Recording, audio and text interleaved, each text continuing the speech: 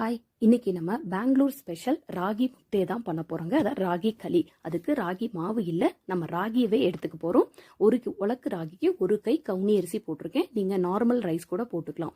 இதை நான் நைட்டு ஊற வச்சுட்டு காலையில அதை நல்லா 2-3 தடவை மிக்சியில அரைச்சு பால் எடுத்துட்டு அந்த பால் இந்த மாதிரி இருக்குங்க. இப்போ இதை நல்ல பெரிய ஜரடையில தான் சலிச்சேன். 1 நிமிஷம் நம்ம அடுப்புல கிண்டணும்னா இந்த அளவுக்கு கிடைக்கும். இப்போ அதை ரொம்ப கஷ்டப்பட்டு கிண்டிட்டே இருக்கணும்னு அவசியம் இல்லை. இப்போ இதை ஒரு கிணத்துல போட்டு நல்லா தண்ணி தொட்டு செட் பண்ணிட்டு குக்கர்ல 2 டம்ளர் தண்ணி விட்டு இந்த ராகியை நம்ம களியையும் உள்ள வச்சு மூடிட்டு 6-7 விசில் விட்டு எடுங்க. உங்களோட சூப்பரான களி ரெடி ஆயிருங்க. இது கூட நீங்க வச்சிருக்கிற குழம்பு எதுவா இருந்தாலும், நான் மட்டன் குழம்போ இப்போ இன்னைக்கு மீன் குழம்பு, நெத்திலி மீன் குழம்பு வச்சு என் ஹஸ்பண்ட்க்கு கொடுக்க போறேன். அவங்களுக்கு இது ரொம்ப விரும்பி சாப்பிடுவாங்க. இதுதான் அதோட பக்குவமும் கூட.